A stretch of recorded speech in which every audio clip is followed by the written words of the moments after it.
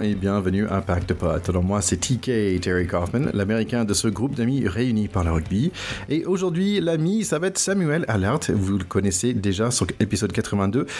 C'est un ancien joueur de rugby à 7 et il est gentiment revenu pour parler de rugby à 7 parce que oui, les Jeux Olympiques démarrent aujourd'hui même.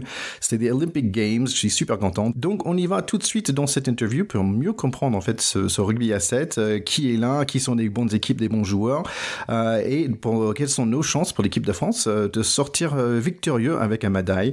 Donc on y va tout de suite dans l'interview et moi après j'ai le match de France-USA à regarder. Donc allez, on y va.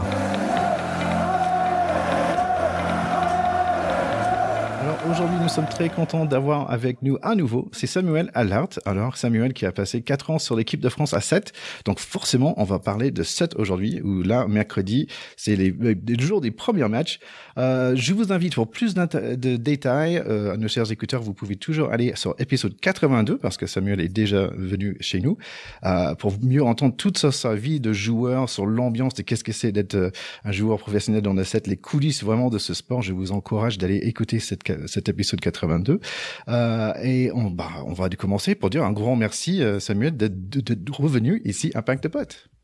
Ouais, salut à tous, salut Thierry. Et ben écoute, je suis aussi très content d'être là, d'autant plus qu'on va parler déjà de rugby à 7 et puis forcément de ces Jeux Olympiques et des équipes de France aux Jeux Olympiques qui commencent cet après-midi, donc très excité à l'idée de parler de tout ça. Exactement. Ça fait 2 ans, on s'est pas vu, mais la dernière fois, tu venais d'arrêter ta carrière de sportif de haut niveau. Comment ça va depuis? Ouais, exactement. J'avais arrêté à la suite d'une blessure qu'on avait eu du mal à gérer. Écoute, depuis médicalement ou en tout cas en rapport avec la blessure, j'arrive toujours pas trop à courir. Donc bon, petit à petit, j'arrive à retrottiner gentiment, mais c'est encore délicat. Mais j'ai refait ma vie et je suis maintenant journaliste dans un média indépendant qui s'appelle Street Press. Donc je suis journaliste vidéo. Et du coup, je suis très très content. On va dire que j'ai réussi à retrouver une nouvelle passion et du coup, ça me permet d'évacuer tout ce qui s'est passé aussi sur cette fin de carrière. Et journaliste, mais pas que sport non plus, il me semble. Non, même pas du tout sportif. C'est vrai, c'est un média indépendant et on fait de la société. On fait pas d'actu chaude, mais on fait des enquêtes, etc. Donc voilà, si je me fais une petite auto-pub, mais si vous voulez, vous pouvez aller voir le média Street Press sur les réseaux. C'est un média super intéressant. On parlera après de faire un reportage sur des podcasts après. Sinon, tu as aussi un vie de commentateur sportif aussi avec Canal+, mais malheureusement, Canal+, ils n'ont pas les JO. Ouais, exactement. Ils n'ont pas les JO, ils n'ont pas eu les droits sur l'année qui vient de s'écouler. Donc j'ai pas commenté cette année, à voir pour l'année prochaine. Voilà, je pense que c'est des droits qui s'acquièrent chaque année. Mais là c'est vrai qu'ils ont loupé un peu le coche entre le sacre forcément des Français dont on reparlera peut-être tout à l'heure, l'avenue d'Antoine Dupont sur le circuit, l'année pré-olympique. Voilà, je pense que c'était une grosse saison et Canal n'a pas réussi à l'avoir. Mais voilà. Ouais, donc bonne nouvelle pour nous, c'est quand même Samuel Allard est là pour nous, Pack de Potes, pour parler de rugby à 7. Les Jeux Olympiques commencent aujourd'hui même, qu'on enregistre en fait mercredi, avant la cérémonie de voiture en fait. Est-ce que tu peux nous faire un petit rappel quand même sur ce jeu de 7 pour les écouteurs qui nous suivent, qui n'ont jamais vraiment suivi le 7 ou qui vient tout juste de se mettre avec Antoine Dupont qui arrive. Est-ce que tu peux nous faire un petit rappel sur les règles de base quand on part un son avec le rugby à 15? Ouais, les règles elles sont à peu près équivalentes au rugby à 15. Il y a 2-3 changements, notamment sur le nombre de joueurs forcément, donc joueurs ou joueuses. On joue à 7 contre 7. Il y a 5 remplaçants. Très souvent, il y a ce qu'on appelle un 13e homme qui, sur la nouvelle version du World Series, c'est le championnat mondial, peut rentrer s'il y a des blessés sur le match suivant. Ou alors, en fait, c'est un joueur qui permet d'avoir un petit peu de roulement dans l'équipe. Donc après chaque match, on peut le faire rentrer. L'idée du rugby à 7, c'est qu'il y a 6 matchs dans un week-end, donc en 2 jours. Il y a 3 matchs le samedi, la plupart du temps 3 matchs de qualification, enfin de poule, pardon. Et puis après, 3 matchs de phase finale le dimanche. En règle générale, puisque parfois ça se passe sur 3 jours, mais ça, c'est en fonction des tournois. Et puis après, sur les règles un peu plus spécifiquement, c'est des matchs qui durent 2 fois 7 minutes avec une somme de minutes de pause à la mi-temps. Et puis après, c'est sensiblement les mêmes règles que sur le rugby à 15, sauf que sur l'engagement, c'est c'est l'équipe qui marque qui engage. Euh, voilà. Après, je pense que c'est à peu près les mêmes choses. Sinon, il y a des touches, mais plutôt à 2-3 personnes. Il y a des touches à 3 ou à 2, possiblement. Il y a des mêlées à 3. Voilà, ce qui laisse, comme vous pouvez l'imaginer, quand même pas mal d'espace pour les 3 quarts après. Donc c'est des phases de jeu qui sont quand même assez importantes, notamment la mêlée. Maintenant, elle est très utilisée. Et puis il y a des coups d'envoi, il y a des essais, c'est le même nombre de points. Voilà, il me semble même qu'il y a la règle du 50-22. Enfin, voilà, c'est quand même assez similaire au rugby à 15. Super, mais ensuite, il y a beaucoup de plaquages. Moi, j'avais vu une seule fois à Paris, mais j'invite nos chers écouteurs d'aller voir des matchs en vrai parce que ça va très très vite. À la télé, on voit pas, mais quand tu vois deux mecs qui courent à 40 km/h, qui se plaquent, qui se met en contact, c'est que ça fait quand même quelque chose. Il y a des bris. En plus, il y a super ambiance. Au niveau des positions, on va pas rentrer dans le détail, mais en fait, c'est comme le rugby à 15. Le plus haut, le numéro sur le dos, hein, le plus vite va le joueur. Donc d'ici, rugby à 7, normalement, c'est le numéro 7 qui va le plus vite. C'est bien ça. Ouais, c'est ça. Ça, c'est vraiment dans la théorie, en fonction des postes. Donc, on va dire que le 1, 2, 3, ce sont les piliers. Le 4 et le 5, c'est la charnière. Donc, au rugby à 15, le demi de mêlée, le demi d'ouverture. Le 6, ça sera le centre. Et le 7, ça sera l'ailier. Après, il faut plus se fier à ces numéros-là, puisque maintenant les joueurs ont le droit, en tout cas avec l'équipe de France, les joueurs ont le droit de choisir leur numéro. Donc là, on est plus sur des départements ou alors des chiffres un peu fétiches, quoi. Voilà. Ah, ok, je savais pas ça. En fait, c'est un peu comme le basket finalement. Exactement, c'est devenu un peu comme ça. Ah, chouette. Écoute, juste pour nous donner une vision globale, en fait, on va commencer avec des hommes d'abord. En fait, je vais dire rapidement les 7 premières, on va dire, rankings suite au HSBC. Donc, HSBC, quand même, comme tu avais dit, c'est le championnat, on va dire, international. Au numéro 1, il y avait Argentine, 2, Irlande, Nouvelle-Zélande, Australie en 4e. Donc, la France qui arrive en 5e. Fidji un peu étonnant parce qu'ils ont quand même gagné les 2 dernières Jeux Olympiques et Afrique du Sud en 7e. Est-ce que tu as des commentaires par rapport à ça? Est-ce qu'il y a des surprises dans ces rankings? Déjà, il faut savoir que l'année dernière, ça a été un peu particulier parce que c'était la première fois qu'on testait le nouveau format de World Series. Et donc, il y avait d'habitude c'est 10 tournois sur l'année et à la fin un classement général et donc le champion ou la championne les champions qui sont champions, voilà. Alors que l'année dernière, il y a eu un nouveau format et donc là, il y avait 7 tournois, c'était plus regroupé, avec un 8e tournoi à Madrid et donc à la fin des 7 tournois, il y avait un classement général et les 8 premiers pouvaient aller à Madrid pour jouer ce qui était appelé la finale. Donc, effectivement, ce que tu viens de citer, c'était le classement à la fin des 7 premiers tournois, donc du ranking mondial. Et en fait, toutes les cartes ont été rebattues et redistribuées lors du tournoi de Madrid, où les Français ont fini premiers et donc où les Français ont été champions du monde, ce qui est quand même assez exceptionnel, puisque c'est la première fois. Déjà, bon, première fois que se déroule ce format, donc première fois pour les Français, mais première fois que les Français finissent champions du monde, donc exceptionnel aussi. Ouais, donc oui, c'est ça parce que j'avais entendu qu'ils ont gagné. J'ai dit mais comment est-ce possible quand j'ai regardé le ranking, mais maintenant je comprends un peu mieux. Si on parlait quand même de cette structure des JO pour les Olympiques, en fait c'est assez différent parce que nous la dernière fois qu'on avait parlé c'était pour le Coupe du Monde et qui était quand même bien complexe avec 24 équipes pour les hommes, 16 pour les femmes. Là c'est beaucoup plus petit, on va dire aussi, avec que 12 équipes pour les hommes et 12 pour les femmes. Donc ça fait 3 poules de 4 équipes. Moi je propose que on va parler de chaque poule et tu me diras ce que t'en penses, ce que tu vois comme des favoris. Donc pour le Men's Pool A, on a Irlande, Japon, Nouvelle-Zélande et Afrique du Sud. Ouais, et ben pour cette poule, c'est quand même une grosse poule. La Nouvelle-Zélande qui, à mon sens, fait partie en tout cas des favoris pour les Jeux Olympiques, mais qui a toujours été une nation de 7 et qui performe presque toujours sur les gros événements, même si elle n'a pas encore gagné de Jeux Olympiques. L'Irlande qui a fait une 2e quand même au classement mondial cette année, donc qui est une équipe qui petit à petit progresse. Et là, on a vu en tout cas quand on regarde la composition qu'il y a presque tous les joueurs, que l'Irlande est au complet et qu'il y a même Keenan qui est un joueur qui fait partie Ah oui. Du 15 de l'Irlande qui est venu renforcer aussi un peu les troupes. Donc voilà, ça peut apporter, à l'instar d'un, bon, c'est pas le meilleur joueur du monde, mais à l'instar d'un Dupont, ça apporte quand même une certaine confiance au sein de l'équipe. L'Afrique du Sud qui est quand même en reconstruction, Ah oui. euh, mais qui, voilà, je crois que tu l'as dit tout à l'heure, est fini sixième sur le championnat mondial. Donc ça reste une belle équipe. Et après le Japon qui est quand même assez en dessous, mais qui fait quand même une poule avec trois belles équipes, quoi. Donc la poule A va sûrement être assez dense. Donc on va dire Irlande un peu étonnant aussi parce que de ma mémoire, Irlande pour moi c'était pas vraiment sur le on the map, au niveau de international, ils étaient pas là pour moi.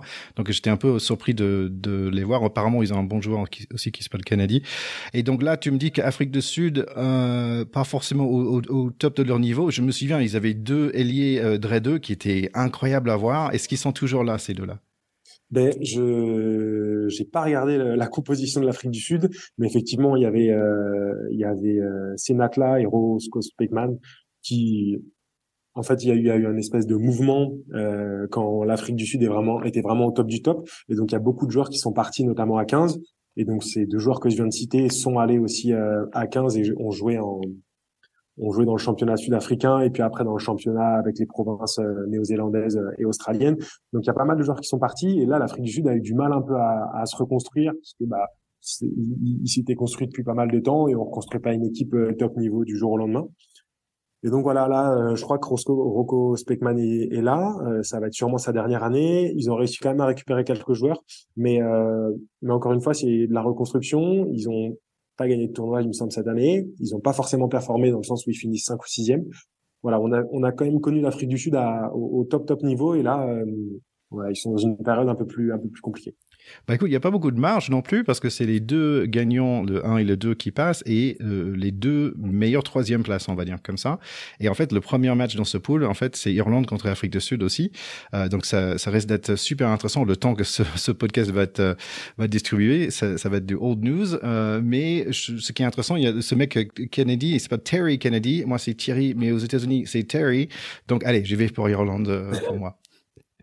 Ouais, je pense que, enfin, à voir, mais je pense que c'est un bon pronostic. On va dire que l'Irlande est quand même beaucoup plus constante sur ces dernières années que l'Afrique du Sud.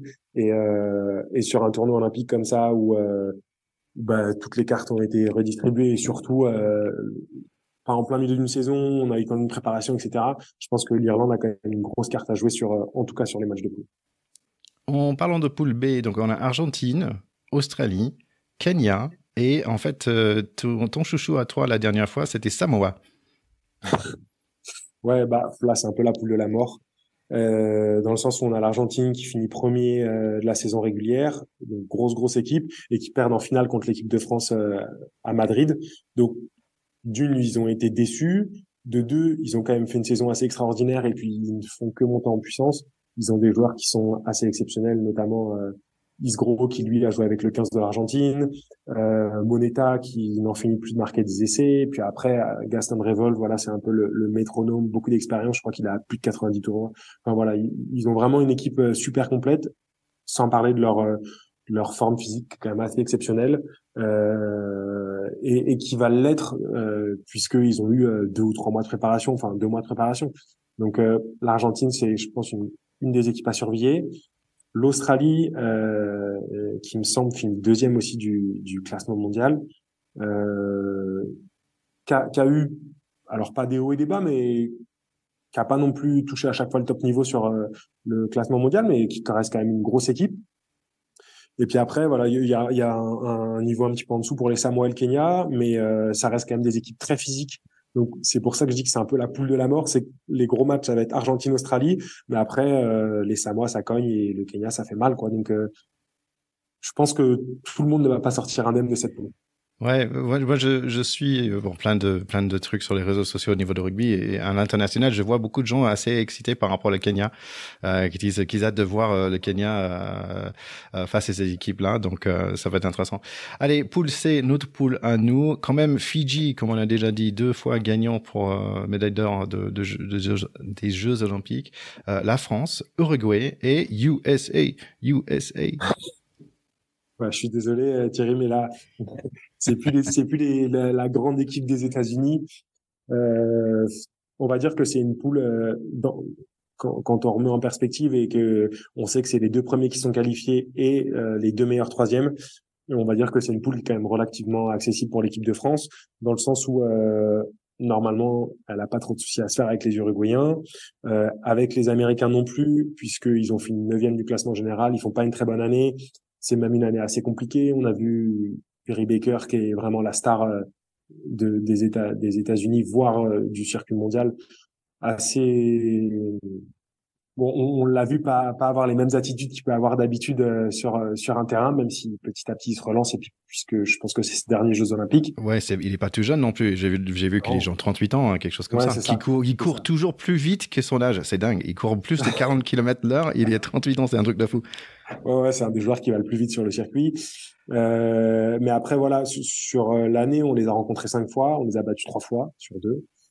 Donc normalement, ça devrait, je dis encore une fois, normalement, ça devrait aller pour les États-Unis. Après, le gros test pour l'équipe de France, ça va vraiment être contre les Fidjiens, qui finissent 6e sur le classement mondial, mais qui ont gagné les 2 derniers Jeux Olympiques et qui restent vraiment les maîtres de cette discipline. Donc, D'accord. je pense que ça va être vraiment le test de l'équipe de France pour cette deuxième journée, puisque je pense il me semble qu'ils jouent demain. Allez, si on parlait de cette équipe, en fait, de l'équipe de France, ils avaient un très bon fin d'année. On parlera de l'effet Antoine Dupont, bien sûr. Mais est-ce que tu peux nous parler globalement comment tu vois cette équipe? Eh ben, je la vois quand même assez sereine, dans le sens où depuis que Jérôme Daré, donc qui est l'entraîneur, est arrivé, l'équipe ne fait que progresser. Ça a commencé par quelques finales, beaucoup de qualifications en Cup, ce qu'on appelle Cup, c'est arriver en quart de finale. Et puis là, cette année, ça a été vraiment la cerise sur le gâteau, où les Français ont remporté un tournoi pour la deuxième fois de leur histoire, ce qui était historique. Ils l'avaient pas fait depuis 19 ans. Ils ont remporté le tournoi de Los Angeles. Ils ont fait une très bonne année où ils finissent 4e, ce qui était quand même encore jamais arrivé, il me semble. Et puis, à la finale de Madrid, ils gagnent contre l'Argentine cette finale et ils finissent champions du monde. Voilà, là, enfin, toutes les étoiles se sont alignées et l'équipe de France est quand même, je pense, favorite, une des favorites de ces JO, sachant en plus que, bah, je trouve que le staff a quand même réussi à bien gérer les joueurs, puisqu'il y a pas de blessés, tout le monde est là. Alors forcément, il y a des joueurs un peu phares qui sont pas là, mais en tout cas, l'équipe est au complet. Et il y a absolument pas de trou dans cette équipe, quoi. Chaque joueur à chaque poste fait partie des meilleurs de l'équipe, voire du circuit. Donc ça sent quand même très bon pour l'équipe de France, au moins pour une médaille. Il y a quelques joueurs, donc Jean-Pascal Barak, quand même, qui est là depuis un certain temps. Est-ce que Nelson Epey, il va jouer? J'ai vu qu'il était réserviste, il me semble. Et tu m'en as Ouais, parlé la dernière fois de Esteban Capilla. ouais, exactement. Bah, Esteban Capilla, il a pas été pris dans le groupe parce que il me semble qu'il a été blessé peut-être cette année, et puis il a pas fait énormément de tournois. Et puis en plus, il y a des joueurs qui sont quand même très bons devant, sachant que Esteban Capilla joue pilier. Et là, en face, il a des joueurs comme Ryan Rebach qui sont des joueurs quand même assez des cadres maintenant, on peut appeler ça des cadres. Il y a Jordan Sefo qui fait partie aussi des très très bons joueurs de circuit. Antoine Zegdar qui lui aussi a été plusieurs fois, enfin, il a fait partie de la Dream Team de certains tournois. Voilà, je pense que c'est des joueurs qui ont un peu plus de consistance. Esteban Capilla, c'est un peu plus l'avenir pour moi. Et puis Nelson Epey, il est réserviste, il est 14e. Donc je pense qu'il ne rentrera pas malgré ses qualités de vitesse indéniable et d'appui d'ailleurs. Ça reste quand même le meilleur nom en rugby à 7, je trouve. En parlant de nom, on aime bien toujours des Théo, parce qu'on a un Théo chez nous. Donc c'est Théo Fournier qui centre. Foreigner, si je prononce bien à l'anglais. Pas mal de joueurs aussi de USAP, je trouvais ça marrant. Et certains qui sont sous contrat fédéral, intéressant. Allez, bien sûr, on va parler de Antoine Dupont. Donc première question, quelle position qui joue en fait? Et ben Antoine Dupont, bon, pour le coup, c'est un des joueurs qui peut jouer quand même pas mal de postes. Mais je pense que en priorité, il va jouer sur le poste numéro 4 et le poste numéro 5, donc à la charnière. Et puis, possiblement, vu ses qualités, je pense qu'il peut jouer au centre, donc numéro 6.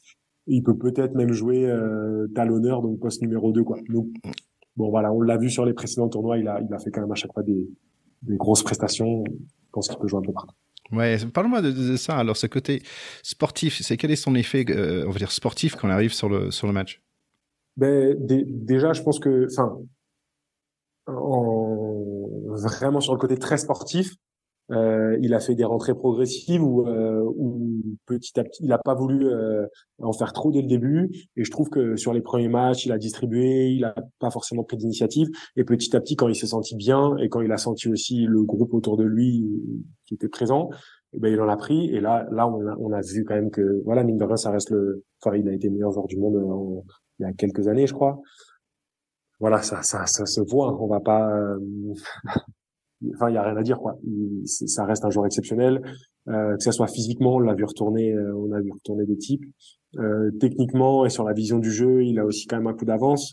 Voilà. Après, la difficulté, enfin, ce qui aurait pu être une difficulté, ça aurait été que le rugby à 7, c'est un sport différent, c'est pas le rugby à 15, et donc forcément, ça aurait été son adaptation.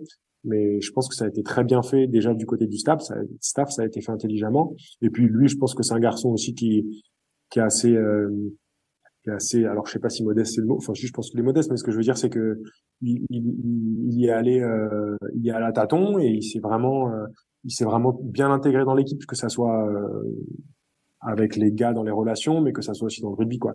Donc donc voilà, moi je pense que c'est une belle recrue dans tous les cas pour France 7. Ouais, et c'est intéressant ça aussi parce qu'il y a un effet médiatique qui est super important aussi, mais l'effet que la façon que tu l'écris sportivement, il s'est montré, on va dire humble, qui est un mot important dans le monde de rugby bien sûr, et qui progressivement a pris sa place et parce que aussi il y a un côté médiatique qui est super important. Comment tu vois cet effet média? Et ben déjà, moi je pense que à partir du moment où son intégration elle a été faite intelligemment, dans le sens où on a vu sur des précédents JO des joueurs qui venaient que sur des one-shots, donc qui venaient une semaine avant les JO avec l'équipe de France et avec qui ça se passait pas forcément bien parce que c'est un autre sport, c'est une manière de voir les choses, enfin voilà, et puis ça veut dire que c'est aussi des joueurs qui prennent la place de quelqu'un, donc c'est pas évident à gérer. Là, Antoine Dupont, il est venu presque dès le début de l'année, il a fait au moins 3 ou 4 tournois, qui est quand même pas mal. Donc ça veut dire que lui aussi, a pris cette décision-là de pas faire des matchs en club, même avec le 15 de France, il n'a pas fait 6 nations. Déjà, ça démontre aussi un vrai engagement de sa part. Oui. Et puis, donc comme je l'ai dit, ça a été fait intelligemment et progressivement, dans le sens où il a fait quelques tournois, enfin il a fait quelques matchs, quelques tournois. Il est venu s'entraîner avec les gars. Petit à petit, il a pris aussi le parfum un peu de tout ce qui se passe et du rythme de tournoi à 7. Et puis ça a été fait très intelligemment avec les entraîneurs où ils lui ont pas mis trop de pression et c'est lui petit à petit qui a pris ses aises, quoi. Et donc pour revenir à ce que tu disais aussi médiatiquement, ça a apporté une lumière sur le rugby à 7 qui est fantastique. Déjà parce que les gars ont fait des bons résultats, donc forcément ça suit. Et puis en plus parce que c'est Antoine Dupont, donc c'est assez rigolo. On en a discuté avec les gars, mais avant on avait fait une finale. Je sais plus, je crois que c'était à Vancouver. On fait une finale où on perd en finale, mais on finit deuxième, ce qui était quand même assez historique à la base. Et je crois qu'on a une petite brève dans Rugby-Rama où voilà, c'était. Et là, il y a Rugby-Rama qui fait un article sur un entraînement de France 7, quoi. Alors, enfin, donc c'est pour montrer un peu ce qu'il a pu apporter aussi, et c'est génial, tant mieux s'il apporte un peu de médiatisation à ce sport et de la meilleure des manières. Franchement, c'est cool. Et on va en parler par rapport aux passerelles avec le côté féminin aussi de ce sport entre le 15 et le 7. Mais là, cette passerelle qui se fait, je me demande si ça va être plus, parce qu'on voit que lui, il a ajouté des vraies compétences dans son jeu qui est déjà hyper complet. Mais je pense au grattage notamment, où il a dit, tiens, il a vraiment montré ça dans les playoffs du top 14. Et que, d'un coup, est-ce que tu penses que des équipes du top 14, ils vont plus facilement laisser leurs joueurs aller vers le 7? Je pense qu'ils vont les laisser aller plus facilement vers le 7, mais il faut pas oublier il y a quand même une échéance qui sont les Jeux Olympiques et que c'est aussi pour ça qu'il l'a fait et que les Jeux Olympiques sera dans 4 ans et donc voilà, il y a pas 10 joueurs de top 14 qui vont débarquer en équipe de France juste parce que Antoine Dupont l'a fait et a été bon. Oui. Je pense qu'il faut replacer les choses dans leur contexte et que lui c'est un joueur particulier en plus, donc voilà. Mais après effectivement, je pense que le 7 peut apporter beaucoup au 15, comme le 15 peut apporter beaucoup au 7. Et c'est intéressant de voir que les passerelles se créent. Voilà. Et on l'a vu avec Tavité Veredamou, qui est maintenant excellent à Perpignan. Mais on l'a vu aussi avec des joueurs je pense à Ryan Rebadge, qui jouait un petit peu à Toulon de temps en temps, mais qui vraiment a explosé à 7. Voilà, je pense que les passerelles se font et on l'a vu aussi sur le jeu offensif d'Antoine Dupont, où il prend quand même plus d'initiative. On le voit là, presque parfois relancer du fond de terrain et arriver à percer les rideaux. Bon, voilà, enfin, dans les deux cas, je pense que les deux sports enfin, le rugby à 7 est bon pour le rugby à 15 et le rugby à 15 est bon pour le rugby à 7, quoi. Ouais, exactement. Donc, on avait dit super année pour les hommes, mais aussi pour les femmes, parce qu'ils ont fini 3e dans les rankings. On va commencer rapidement, on va parler des femmes aussi. Donc, dans les rankings, on avait Nouvelle-Zélande 1, Australie 2, la France 3, USA 4, et Canada 5, Fidji 6 et Irlande 7. Irlande, toujours un peu surpris de voir Irlande, les filles là, parce que même chose pour moi, ils n'étaient pas sur le plan international au niveau de rugby à 7 avant. Ouais, je pense que ça a été une volonté de la fédération irlandaise de faire monter les deux équipes. Alors pour l'instant, l'équipe féminine d'Irlande ne progresse pas comme l'équipe des garçons. Mais voilà, peut-être que ça va se faire avec le temps, hein, tout simplement. Et c'est un peu plus compliqué aussi avec le rugby féminin, puisque on part de plus loin, dans le sens où la professionnalisation du rugby féminin, elle a été, en tout cas en France, ça fait pas très longtemps que les filles sont professionnelles, ou au moins le sont à 100%. Je sais pas exactement comment ça fonctionne en Irlande, mais voilà, c'est des choses qui vont se faire petit à petit, et c'est bien que ça se développe. Si on parlait alors de Women's Pool A, on a Canada, Chine, Fidji et Nouvelle-Zélande. Et la chose qui me choque là, c'est la Chine quand même, mais j'imagine que tu vas me dire que Nouvelle-Zélande et Fidji, c'est les favoris. Ouais, et je pense on peut parler aussi du Canada, hein, qui est quand même une équipe importante sur le World Series. On peut parler aussi de l'équipe des Fidji, qui eux marchent de manière un peu irrégulière. Parfois, elles sont capables de faire des bonnes performances, mais elles sont aussi capables de faire des moins bonnes.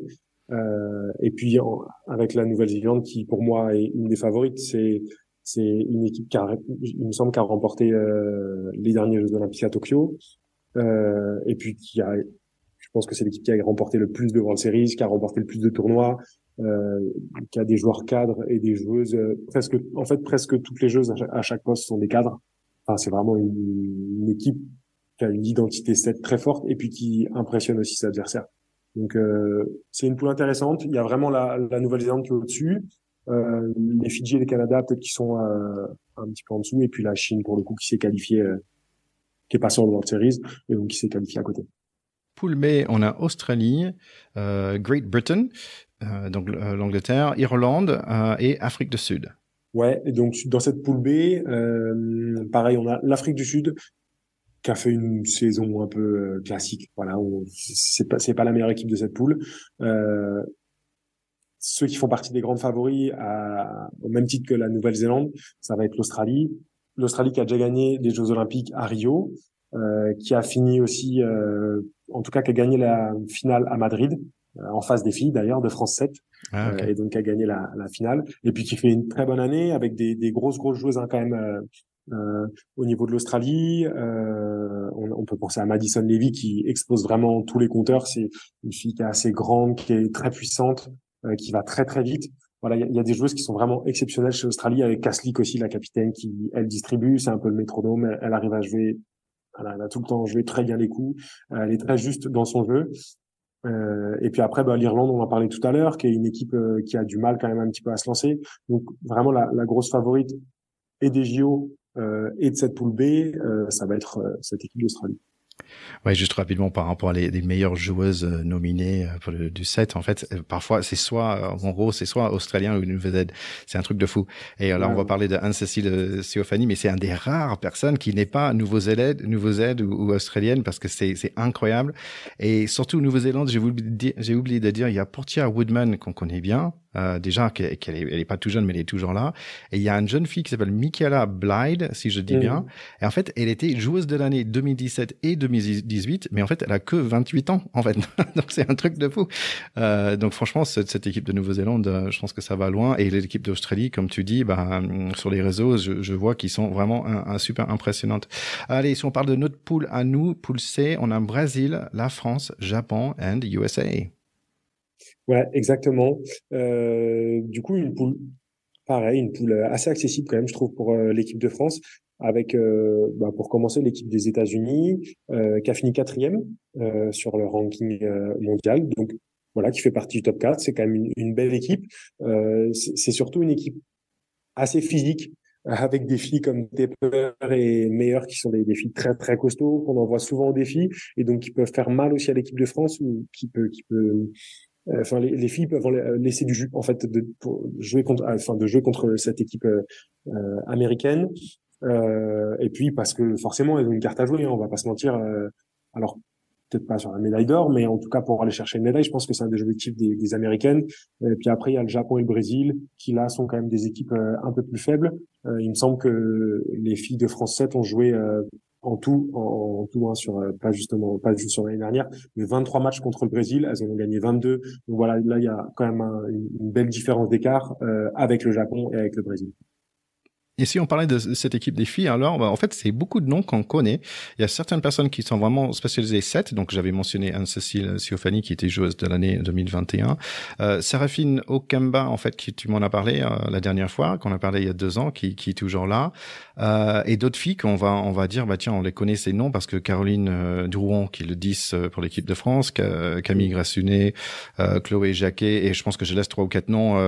Ouais, Johanna Grisé, Carla Nessen, qui a joué aussi avec le 15, Toué Pell, il me semble, qui a fait quelques allers-retours aussi. Ouais, ils ont, pas, enfin, bon, là, il y en a encore plus que pour le rugby masculin, mais chez les filles, c'est vrai qu'il y a beaucoup de passerelles entre le rugby à 15 et le rugby à 7, et notamment avec les équipes de France. Donc, on a vu Johanna Grisé qui a très bien marché à 7, mais aussi à 15. Et on a vu aussi, il me semble, sur le dernier tournoi de destination, Anne-Cécile, Siofani, qui a fait quelques matchs avec le 15. Et voilà, c'est des passerelles qui se font très bien. Et ce qui fait que du coup, déjà, les filles se connaissent très bien. Elles jouent elles jouent à 15 et à 7. Et donc, dans tous les cas, elles jouent à très haut niveau, quoi. Donc, c'est une équipe qui est extrêmement compétitive. Et en fait, ce qui est marrant, j'avais pensé de Amélie Boulard parce que moi, je trouve qu'elle est toujours hyper rapide sur le 15 et j'étais un peu étonné de ne pas le voir sur le 7. Mais bon, ils ont tellement de choix aussi. Il y a beaucoup c'est plus petit, j'ai l'impression. Parce qu'elle est super grande, j'ai l'impression. Mais j'ai l'impression que pour les ailiers, ils vont un peu plus petits, peut-être un peu plus rapides, mais je sais pas. Ouais, après, Anne-Cécile Sofani, pour le coup, elle est elle est très grande. Et elle joue ailier et elle va très vite. Après, je pense que c'est aussi le rugby à 7, c'est particulier dans son intensité, il faut aimer jouer à 7. Et je sais pas si tout le monde est capable de jouer ou tout le monde est capable d'aimer cette intensité-là. C'est pas évident. Il y a une grosse préparation, surtout chez les filles où leur rugby quand même est basé sur l'intensité et essayer d'étouffer son adversaire. Donc, ce qui nécessite forcément d'être extrêmement en forme. Donc après, c'est la limite aussi qu'il y a entre des filles qui veulent rester à 15 et c'est un sport différent, et des filles qui veulent aller à 7. Et pour le coup, notamment en plus pour une préparation de Jeux Olympiques où là, on se fait mal tous les jours, quoi. Ouais, je me souviens, tu m'en as parlé la dernière fois en épisode 82, que tu étais super impressionné par le niveau d'entraînement des filles, que j'ai trouvé ça exceptionnel. Ben ouais, encore une fois, elles ont été professionnelles après nous, et donc forcément, voilà, elles ont des objectifs de gravir des échelons, et effectivement, moi quand je m'étais entraîné avec elles, elles s'entraînaient plus fort que certains garçons, forcément sans faire de mauvaises comparaisons, hein, c'est pas le sujet, mais en termes d'intensité, ouais, c'était assez fou. Ouais. Tiens, si on parlait des pronos finalement, bien sûr, on veut un médaille pour la France, donc pour les filles et pour les garçons. Mais pour les autres, alors, Salendes, 2 autres médailles à gagner. Pour les hommes, ça va être qui alors, à ton avis? Deux autres gagnants. Alors, il me semble, la dernière fois, j'avais fait des pronostics, je sais plus pour quel tournoi avec toi, mais j'avais pas été bon. Pour les hommes, moi, je vois quand même l'équipe de France. Alors après, j'espère que ça serait une médaille d'or. Mais je vois l'équipe de France sur le podium, ça serait Je pense que ce serait peut-être même une déception qu'elle y soit pas, très sincèrement. Et puis après, les Fidjiens quand même été à chaque fois ont quand même remporté cette médaille d'or. Donc on va les mettre aussi sur le podium, sachant que là ils ont sorti une équipe quand même exceptionnelle avec Rasakou, qui est un joueur de Bayonne. Il y a Touai, forcément le cadre qui est là. Voilà, ils ont vraiment sorti une équipe qui est vraiment très costaud. Et puis après, ça peut jouer entre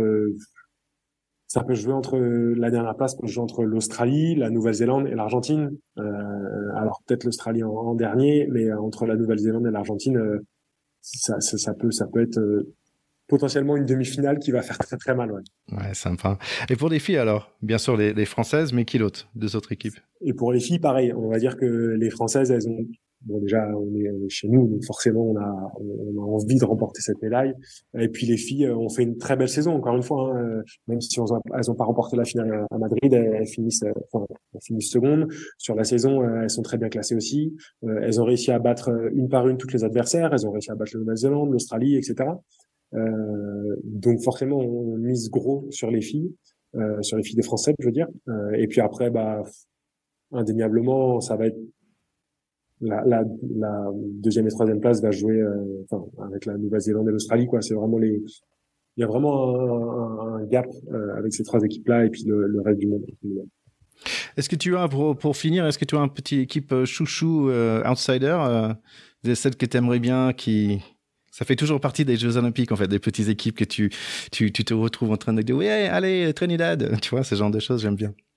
Alors, je donne tout pour l'équipe de France. Là, il y a plus de chouchou, il y a plus de. T'as pas d'autre espace. Il y a plus de Jeux Olympiques. C'est tout pour les deux équipes de France, pour les filles et les garçons, et qui remportent tout, que ça soit les médailles, que ça soit les meilleures joueuses, etc. Je mise tout sur eux et j'espère que ça va très bien se passer pour eux. Bon, écoute, on va se quitter sur ces bons mots. On souhaite des super matchs pour nos équipes de France.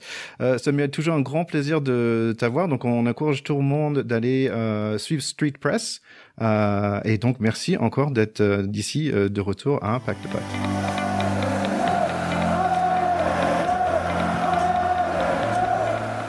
Donc j'espère que vous avez bien aimé cet épisode, j'espère aussi que la France a bien joué pour sa première journée. Je vous souhaite, nos chers écouteurs, nos potes de Pâques, un super été, un super moment avec la famille, avec vos copains, autour de la piscine, autour de la plage, dans les montagnes, où vous êtes. On vous souhaite un bon moment pour ces Jeux Olympiques et on se reverra pour le retour. Ça va être normalement le rentrée avec Didier Planin, qu'on a fait d'autres épisodes dans la passée, pour parler du démarrage des Top 14. Bon, bonne chance pour la France et un super été à vous. Et bonnes Jeux Olympiques. Ciao, ciao, bye bye.